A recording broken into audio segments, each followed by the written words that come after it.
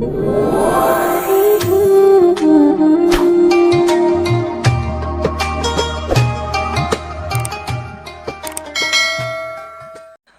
alaikum warahmatullahi ta'ala wabarakatuh. Alhamdulillah rabbil alamin wal aqibatu lil muttaqin.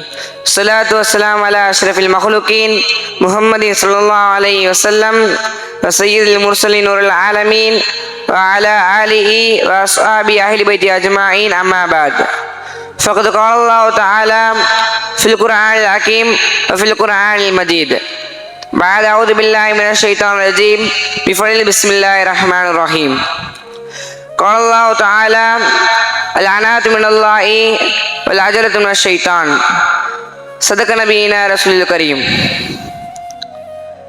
கருணாகரனும் காருண்யனுமாகிய வல்ல இறைவனை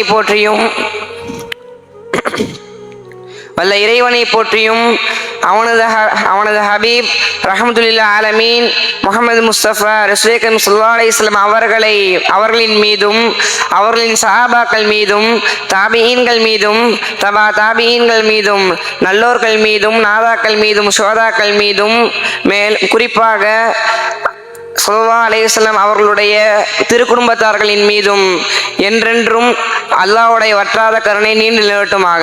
ஆமீன். அன்பானவர்களே, இந்த உலகத்திலே ஒவ்வொரு மனிதனின் வாழ்விலும் அவசரம் என்பது ஒரு அவசியமாகிவிட்டது.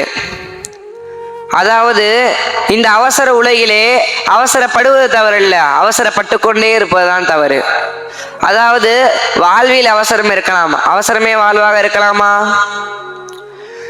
நமது முன்னோர்களுடைய வாழ்விலே நடை, உடை, பாவனை இதில் மட்டும்தான் அவசரம் இருந்தது. ஆனால் இக்காலகட்டத்தில் வாழும் மனிதர்களின் வாழ்விலே அவர்களுடைய தொழுகையிலிருந்து உணவு வரை அந்த அவசரம் அவர்களுடைய வாழ்விலே நுழைந்து விட்டது. அதாவது ஃபாஸ்ட் ஃபுட் கலாச்சாரமாம். ஒரு உணவு 10 நிமிடத்திலே தயாராகின்றது. அதே 10 நிமிடத்திலே டோர் டெலிவரி செய்யப்படுகிறது. சில மணி நேரங்களிலே அந்த உணவு சாப்பிடப்படுகின்றது. இப்படி ஒரு மனிதனின் வாழ்வு இருந்தால் அந்த அவசரம் எவ்வளவு ஆபத்தாகும் என்று அவன் சிந்திக்கவில்லை. அவன் எவ்வளவாக அவனுடைய வாழ்வை அவசரமாக கடத்துகிறானோ அவன் தயாராகி கொள்ளட்டும். 6 அடி குழி, அழகான கஃபன் துணி. அவனுக்கு எவ்வளவு அவசரமாக அவனுடைய வாழ்வை கடத்துகிறானோ அவ்வளவு அவசரமாக அவனுடைய மரணம் அவனை நெருங்கி கொண்டிருக்கின்றது என்பதை அவன் புரிந்து கொள்ளட்டும். இதனை நமது மூதாதையர்களுடைய சரிதைகளை பார்த்தோம் என்று சொன்னால் இந்த அவசரம் எவ்வளவு அபாயம் என்று புரிந்து கொள்ளலாம். இஸ்லாமிய சாம்ராஜ்யத்திலே 13வது ஹலீஃபா, அதாவது 2வது உமர் என்று அழைக்கப்படும் உமர் இப்னு அப்துல் அஜீஸ் ரலியல்லாஹு தஆலா அன்ஹு அவர்களுடைய காலகட்டம் மிகவும் குழப்பமான காலகட்டம். அவர்கள் பதவியேற்ற அந்த காலகட்டத்திலே அதிக குழப்பங்கள் வெளியாகின. அப்பொழுது உமர் இப்னு அப்துல் அஜீஸ் ரலியல்லாஹு தஆலா அன்ஹு அவர்கள் ஒவ்வொரு முடிவையும் மிகவும் நிதானமாக தான் எடுத்தார்கள். ஏனென்றால் அவருடைய மகன் இதனையெல்லாம் பார்க்கின்றார்கள். அவர்களுடைய மகனார் கேட்கின்றார்கள், தந்தையே நீங்கள் நினைத்தால் இந்த பிரச்சனைகளுக்கெல்லாம் ஒரே அடியாக முடிவை கொடுத்து விடலாமே, ஏன் நீங்கள் நிதானமாக செல்கின்றீர்கள் என்று அவருடைய தந்தையிடம் கேட்கின்றார்கள். அப்பொழுது உமர் இப்னு அப்துல் அஜீஸ் ரலியல்லாஹு தஆலா அவர்கள் கூறுகிறார்கள், அருமை மகனாரே, வல்ல இறைவன் தமது திருமறையிலே மதுவை உடனடியாக ஒழிக்கவில்லை.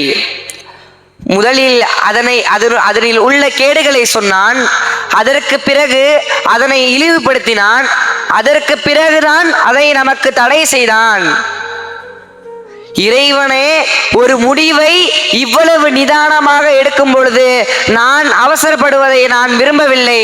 அப்படி நான் அவசரப்பட்டேன் என்று சொன்னால் அதை மக்கள் புறக்கணித்து விடுவார்களோ என்று நான் பயப்படுகிறேன் என்று அழகாக உமர் இப்னு அப்துல் அஜீஸ் ரலியல்லாஹு தஆலா அவர்கள் அவர்களுடைய மகனாரிடம் கூறினார்கள்.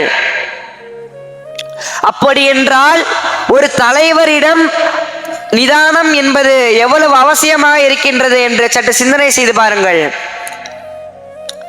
ஒரு தலைவரிடம் அவசரம் என்பது ஏற்பட்டு விட்டது என்று சொன்னால் அது மிகவும் ஆபத்தாகிவிடும். அந்த ஆபத்தை அவர்கள் சிந்தித்து கூட பார்த்திருக்க மாட்டார்கள். அவ்வளவு பெரிய ஆபத்தாக ஆகிவிடும் அவசரம். ஏனென்றால் அவசரம் மிகவும் ஆபத்து. நீதீஸ்வரர் உமர் இப்னு கத்தாப் ரலியல்லாஹு தஆலா அவர்கள் கூறுகிறார்கள், அவர்கள் கூறுகிறார்கள், ஒரு நபர் வருகின்றார். அந்த நபருடைய கண் பிடுங்கப்பட்டு கருவிழி கிழிந்து ரத்தம் வடிந்த வண்ணம் வருகின்றார். அப்பொழுது எனக்கும் மற்றவருக்கும் சண்டை ஏற்பட்டு விட்டது, எனக்கு தீர்ப்பு தாருங்கள் என்று கேட்கின்றார். அப்பொழுது நீங்கள் அவசரப்பட்டு தீர்ப்பு வழங்கி விடாதீர்கள். நீங்கள் அப்படி அவசரப்பட்டு தீர்ப்பு வழங்கி விட்டீர்கள் என்று சொன்னால் அது மிகவும் ஆபத்தாக தான் முடியும். ஏனென்றால் இரண்டாவதாக வரும் நபர் 2 கண்களும் பிடுங்கப்பட்டு கருவிழி கிழிந்து இரத்தம் வடிந்த வண்ணம் வரலாம். நீங்கள் 2 நபரையும் பார்த்துவிட்டு நிதானமாகவே தீர்ப்பு வழங்குங்கள்.